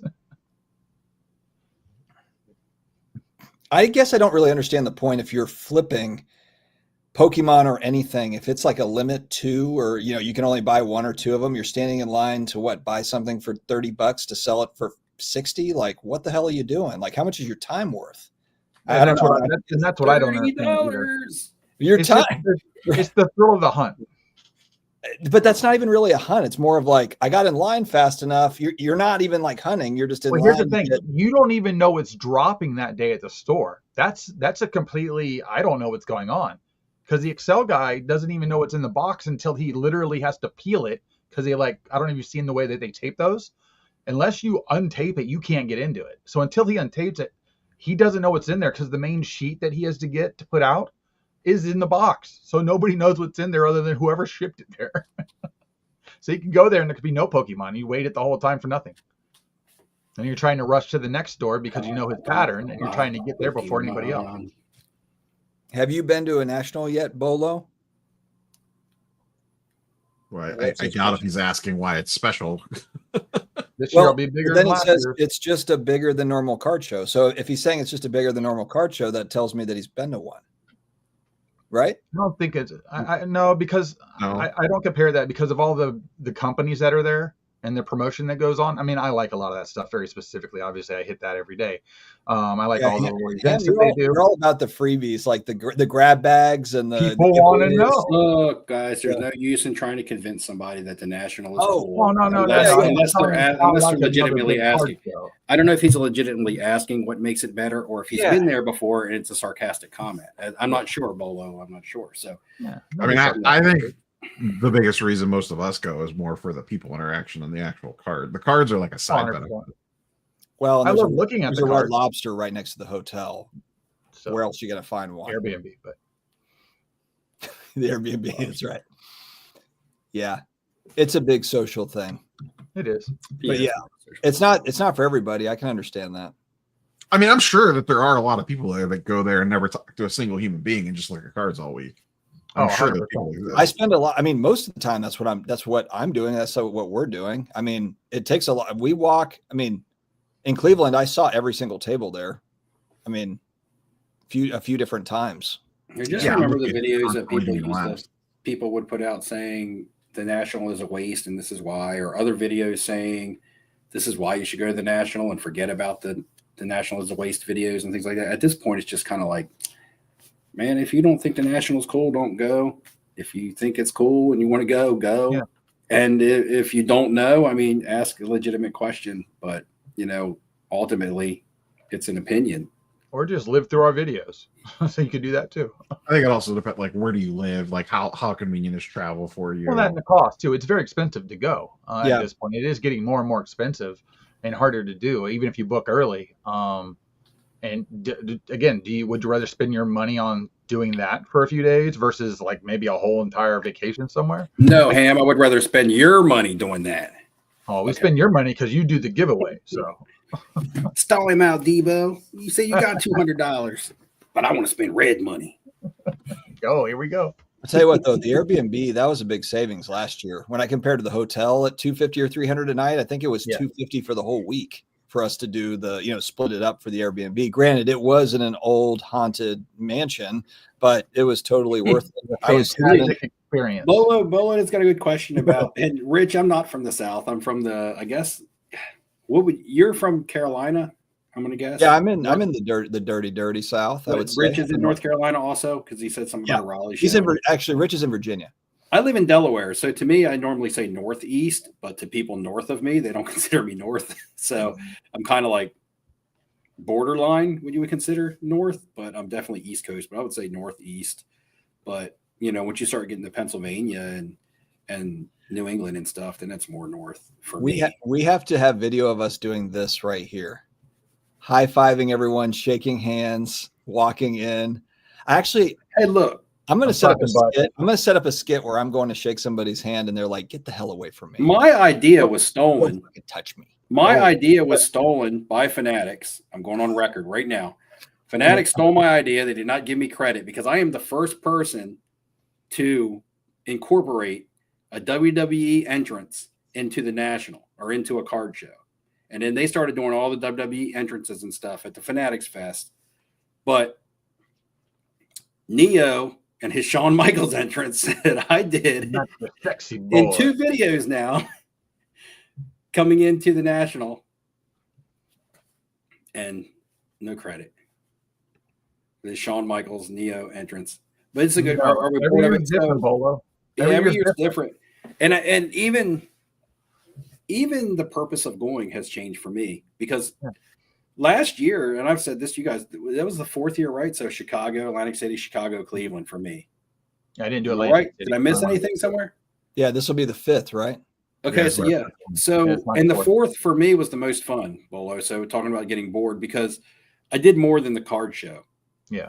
Yeah, the card show can get boring, but I always went with a full-on business mentality for the first 3 years that I went, because it was just buying and selling cards, and I was just there to try to buy and sell cards. I did content on the side, hung out with these guys, but I would say it was kind of like 75-25 business chill. But this past year, it wasn't even 20% business. And it was a way better experience for me. And we did stuff out in Cleveland and went to a baseball game and went to the Rock and Roll Hall of Fame, but taking advantage of the other things that the city has to offer. And I don't know what that might be for you in Chicago, but I'm just saying there's other things to do that make it more of a it almost seems like a mini vacation or more of a leisure trip than it's just opposed to a big it's like a guy's trip too. So I mean, we have each other too to kind of lighten the load with different interests, or whether we're walking around alone, jumping in, hanging out for a little while, jumping away. It's not like we're literally a cloud of 4 of us walking around. We split up everywhere, and you just run into somebody again. I want to know what he would classify himself as a Pennsylvanian.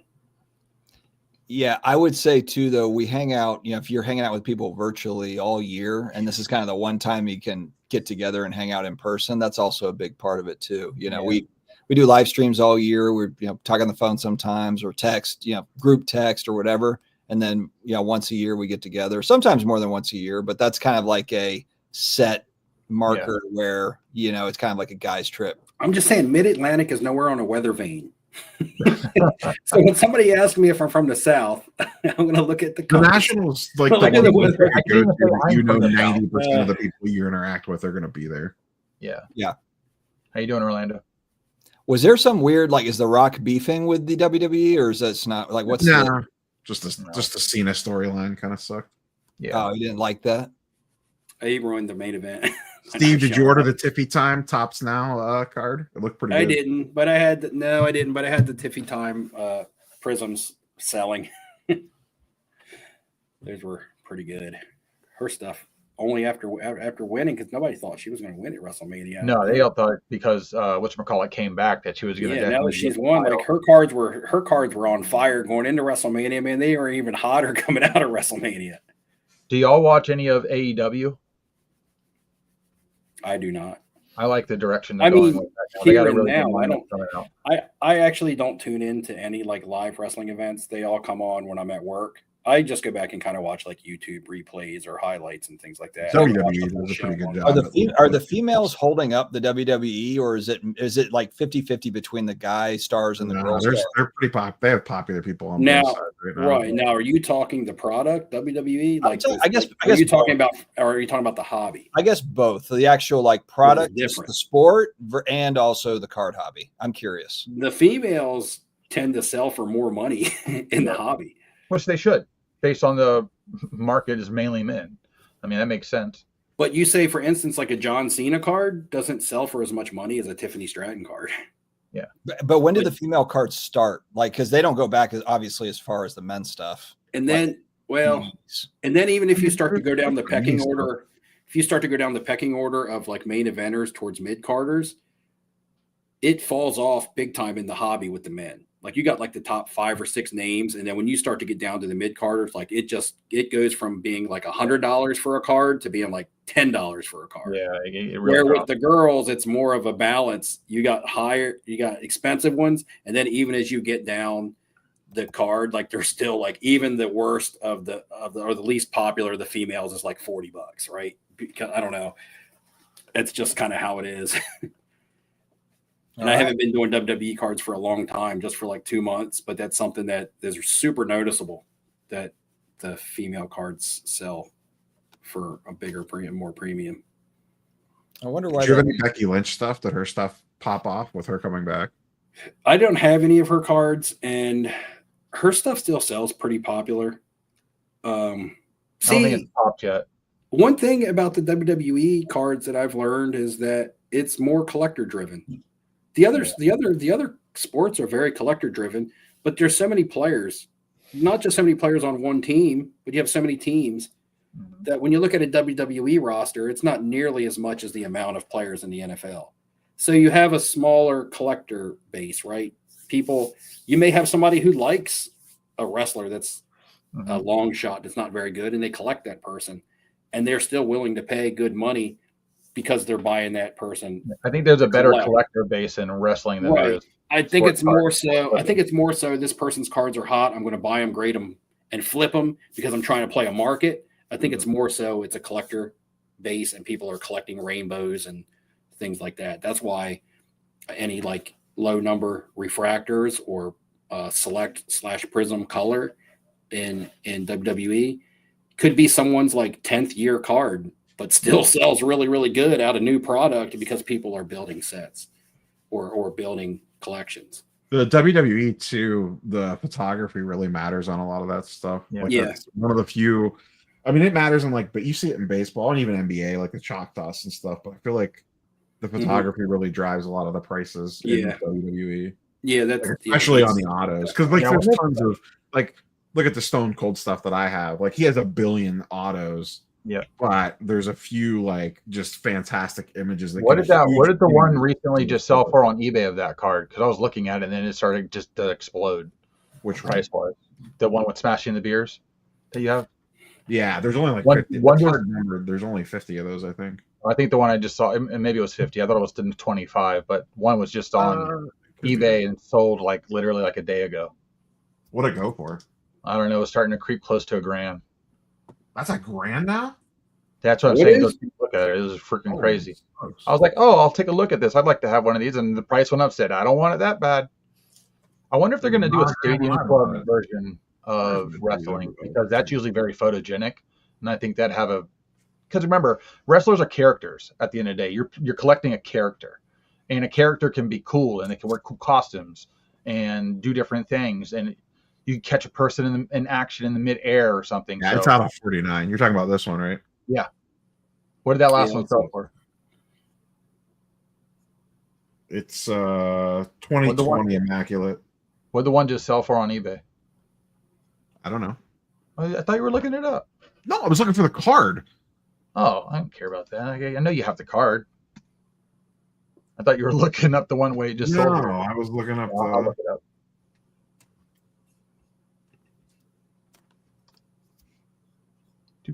I think I paid. I don't know what I paid for mine.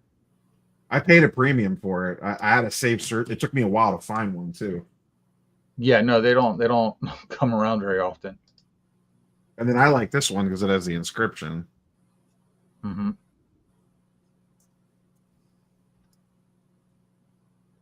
And then I got Steve's baby sitting here right next to me. that he should have bought that I scooped. Not getting beat him to it. You need to put a diaper on that sumbitch and bring it to the National. He said, "Put a diaper on that sumbitch." And I want yesterday's prices. I don't like this eBay setup on my stupid computer here. It's making it difficult to search. How long does it take you to check a comp, Ham? My goodness. Come on, I'm not checking. I was already watching it, so I went to my watch list to go look it up. But there's just stupid. Oh, somebody bought that Barry Sanders. Damn. It's like I'm scrolling. I really want a Triple H auto. That's the next one on my list. I don't like one of the cards that he has. Hey, I'm gonna do so. A couple live streams ago, I was going to give away a blaster box, and people commented, and I never did that giveaway on my YouTube channel. So I'm going to select the winner tonight. Did you give away the trip to the National yet? No, I'm joking. I need Daisy stickers, Ham. My graphic what happened designer to the is slacking. So Neo, what do you think it sold for?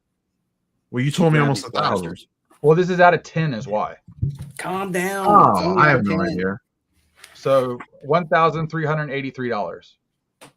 What is it, a gold or something? Like, what's the difference? Yeah, it's a gold. It's a gold.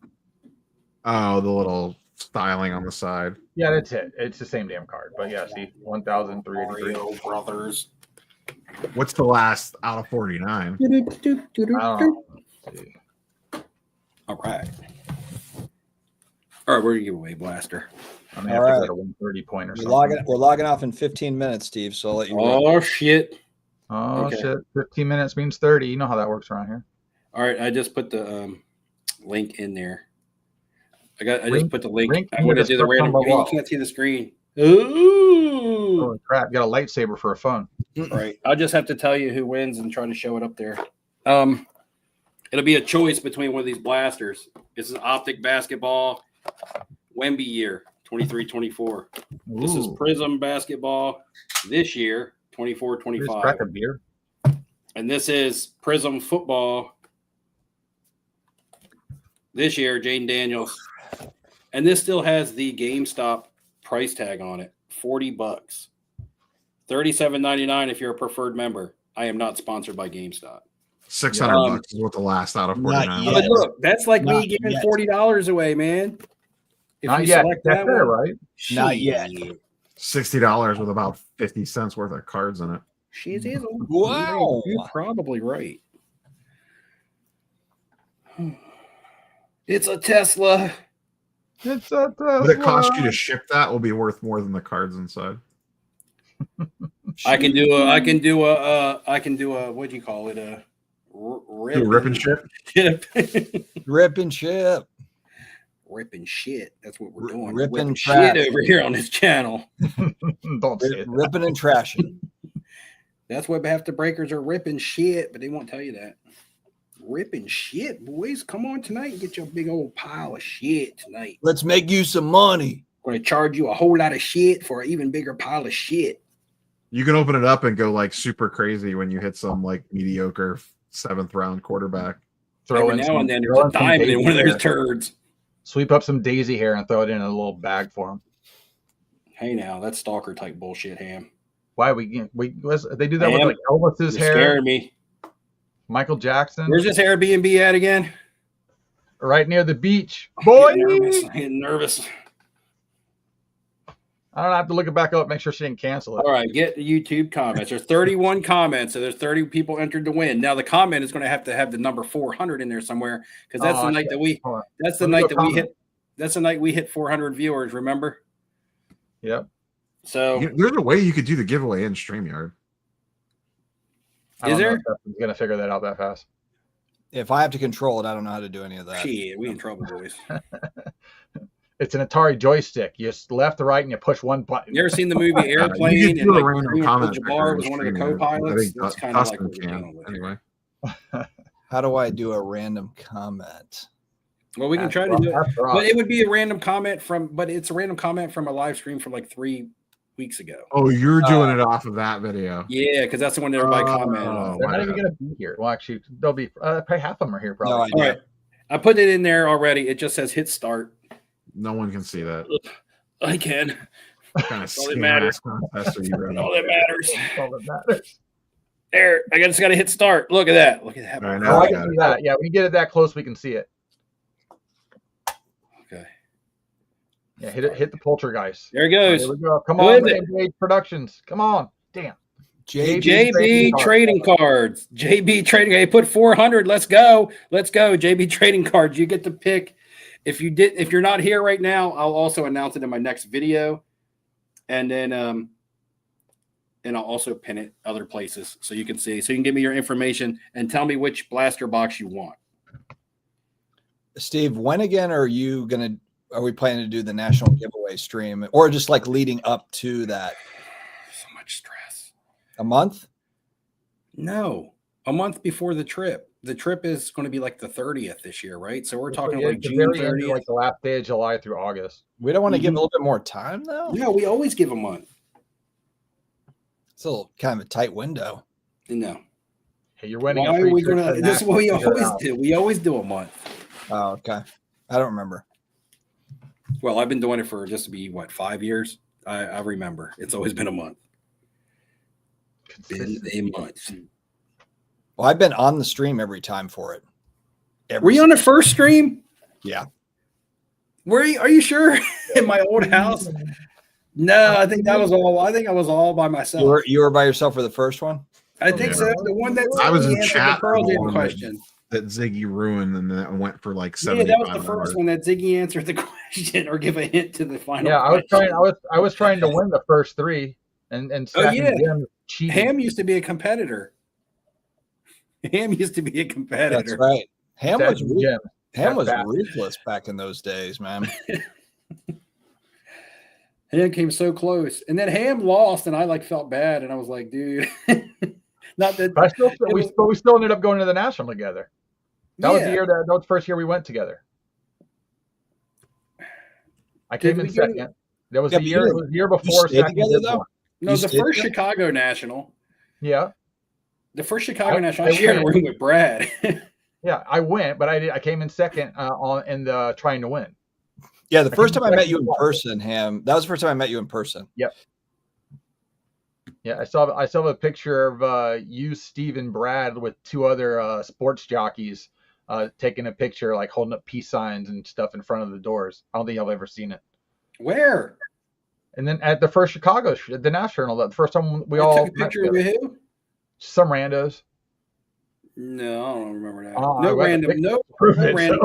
No random people want photos with me. They always make. I mean, they were there for Brad mainly, but y'all were there, so they felt. It's always like, okay, can you get a picture of me in the finance dad? I mean, in the sports card dad. Yeah, they wanted the model from California. Yeah, whatever. I'm flipping Steve, by the way. What? Flipping who? Phone back. I'm flipping you off. Yeah, give my phone back. This is who I want to win this time. Is Rav Cards has been. Rav's come close. Right, yeah. Rav really has. Brad was right. Brad Noble was right there last year too. Brad was right there. These two were battling it out there at the end. Rich, the way that it works is 12 names will be randomly drawn from comment. Oh, also that name also does. Remember, we said you win a blaster, and you also get to be one of the entries into the 12 finalists for the 12 finalists. That's a lot. And then they were 12. So what was that? That was JB Sports Cards. JB Sports Cards. JB Sports underscore cards, I believe. Ham, we don't need all that. Listen, thank you though. Ham. Have to get it right. There could be 2 of them. So right now, Buster Chestnut, Lebowski, Steve Dog, CC, and JB Sports Cards. That's 4 names. So there's 8 left.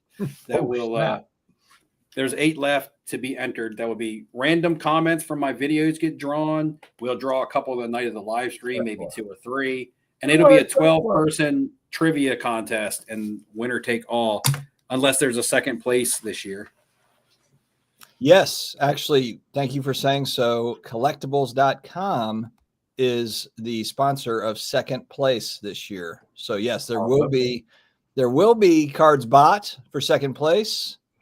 Just I've got a little assistance from our friends over at collectibles.com. How is it that the main giveaway done got sponsors? In the second place, done got sponsors. But the second place has sponsors. Bro, the Fantasy Football League is a sponsor of the thing.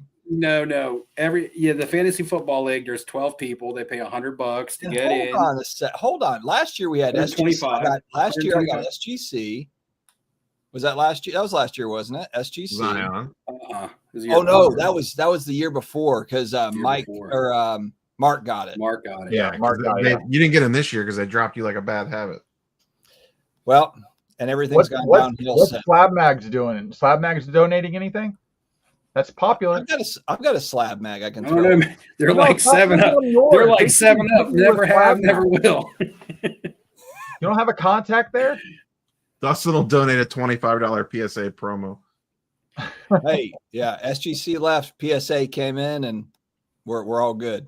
Hey, did I hear correctly? Somebody, actually Brad told me when we were chilling and having wings the other day when he come down to hang out that Brad from the comments, not Brad. Not LA Brad. He said that he thought Sports Card Investor was doing some sort of giveaway. I haven't seen it yet.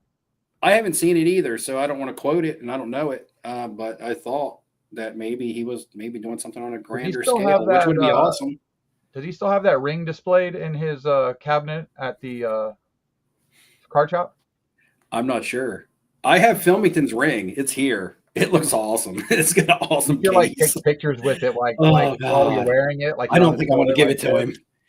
Filmington, if you watch this, I don't think I'm going to give you that ring. I think I'm going to take a vote. Hey guys, in the comments, should I actually give Filmington that ring for getting lucky and winning the fantasy football league, or should I give it to somebody, a real upstanding competitor, somebody he against all odds just wasn't able to get it done, but really deserved it, like me? Not somebody that drafts Joe Burrow before Josh Allen.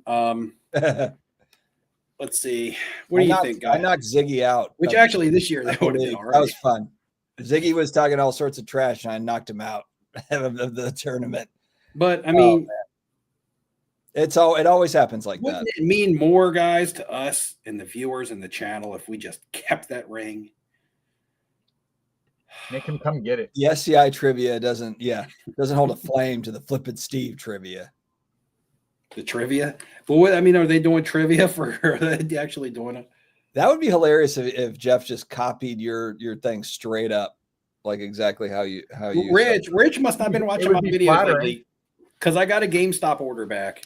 I got one back. I got another one on the way back. But are you getting like 30-day turnarounds? Jesus. March 8th, and it was returned on, what was that, guys? April 11th.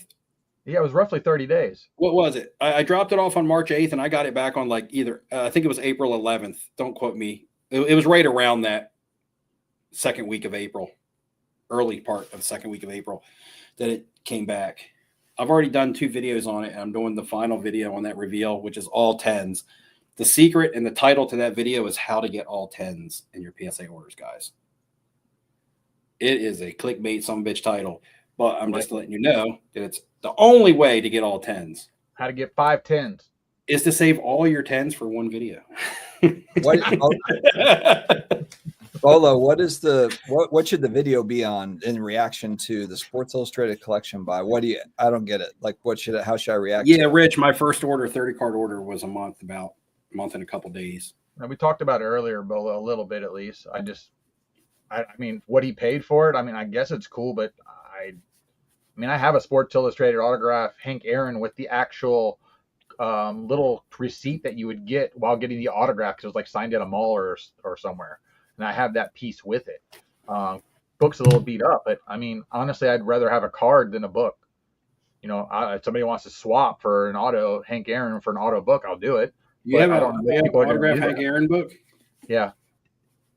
I might. I don't know. Is that you want to trade or something for it? Well, we figure it out. I might be able to tie it in, Bolo. Let me see if I haven't, to be honest with you, I haven't even watched it. So I got to watch it, figure out what the angle could be. How have you not watched it yet, Dustin? You watch more content than the rest of us. Why do you think that? You know about somebody else's channel. What's going on?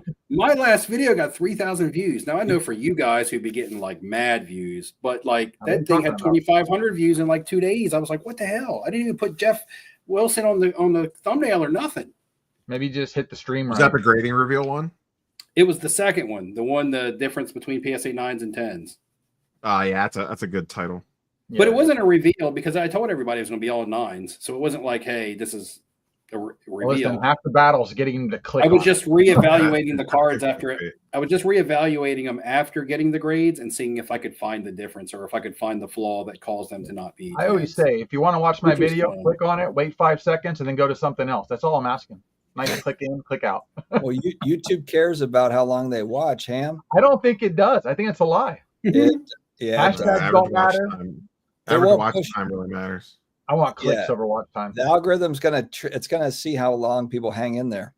No, this is my best performing video of the year. It's number 1 out of 10 right now That online. one? Posted 3 videos this year, so that's a low bar. Yeah, No, I have not. It's going back to the no, top no. 10. Comes the hate.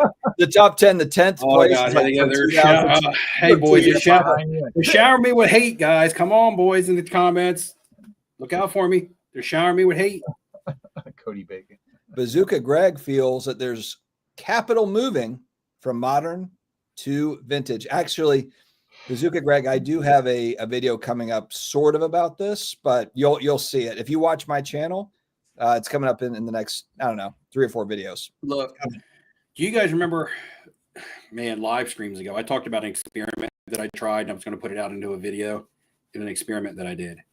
And I kept saying, but I'm not going to talk about it tonight because it's going to be on a video. Still the same thing. I'm not going to talk about it tonight, but there was this experiment that I did that's going to be coming out. Having a UFO secret and be like, I can't talk about it.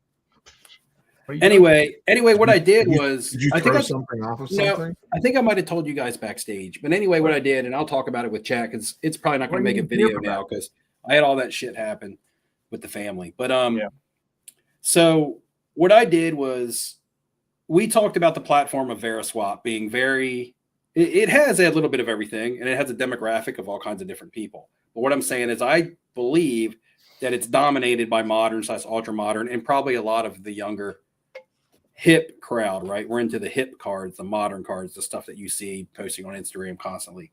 The what's fresh, what's hot now, the flavor of the week type stuff. But I put up my vintage cards on VeriSwap.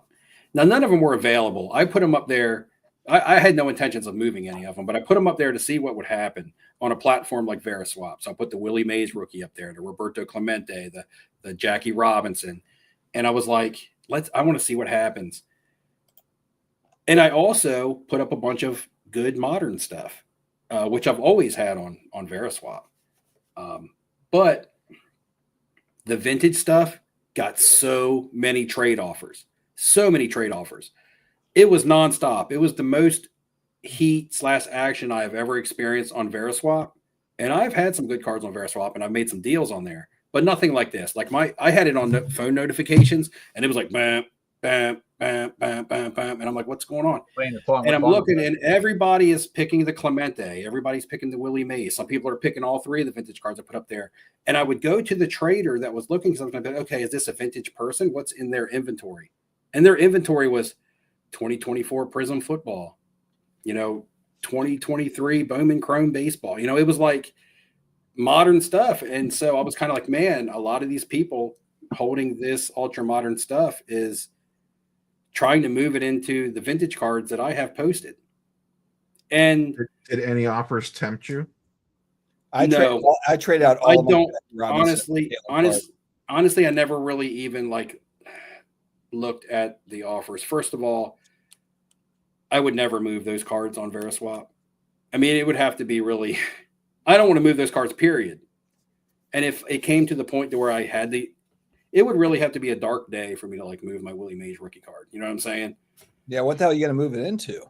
Right. And if I did move it, like I said, if I did move it, it would have to be cash. It would be a desperation. Caitlin Clark. Basically, for me, that's a desperation sale. That's a desperation sale for me. I would have to be desperate to move my Willie Mays or my Jackie Robinson. It would have to be like, man, the bills are due and I can't pay them. You know what I mean? It would have to be something like that. So, to even offer to trade them on somewhere like VeriSwap, unless I was getting the same card or better card in return with maybe a bump up, you know what I mean? Like me in cash increasing my card. But to me, I was super surprised. That's not that people were interested in vintage, but the traders, when I would go to their profile, the types of stuff in there. This is what I'm looking for: downtowns, kabooms, this, that, and the other. Right? Modern quarterbacks: Mahomes, Burrow, Allen. Right? This is the names and the types of cards we're looking for. But then they're like hitting hard at the vintage. Like, I don't know if you see that in much content. You really don't. And I know that you don't see too much modern trade for vintage. You really don't, unless it's high-end stuff. No, and it's funny because sometimes you actually see some content of people who do nothing but ultra modern. Mm-hmm. And I'm not saying these are the same people, but they even do. There's even been content out that like actually dogs on vintage, right? Ultra modern where it's at, vintage sucks. But I'm wondering if these are some of the same voices that are actually trying to move in to vintage. I'm not really sure. I wanted to bring this up when I was on live with Mangini, and I didn't because, you know, he's a big vintage advocate, or he collects everything, but he you know, but I thought it was interesting. And that's why I wanted to tell him, because I just thought it was interesting that out of all the cards I've ever put on Veriswap, that the cards that have received the most action for me have been the vintage cards. And this isn't like I've put up scrub shit. Like, I've put up good modern stuff on Veriswap. But I don't know. It was super surprising. Maybe it's just me, and maybe that is because of what I wasn't expecting, and maybe to anybody else it's not a surprise. But to me, it was a completely different reaction than I thought. I thought I would get a couple people, and then the people that were interested were, when I would go to look at their inventory, they would also be strictly vintage dealers. And that was the case with some, but I had a lot of people that had strictly nothing but ultra modern stuff. And even in their profile, they never mentioned in their profile anywhere that they're looking for vintage, but they were interested in trading out of their ultra modern stuff into, and maybe it was the vintage that I have. There's not many better names from post-war. Yeah, no, you have like Mays Clemente and Jackie, right? So I mean, and Michael Stone said it doesn't surprise him, but man, I don't know, because you don't see a lot of vintage transactions on there.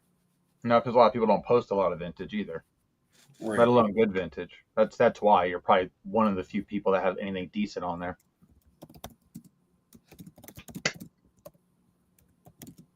How many viewers did we have today? Not enough. Too many. It's been a slow night, fellas. We've had about we have 90 right now across all channels. So yeah. So with the draft tomorrow, real quick, who's the number one pick? We peaked at like 125 or something, 130 maybe. Yeah. Well, Cam Ward's gonna be the number one pick.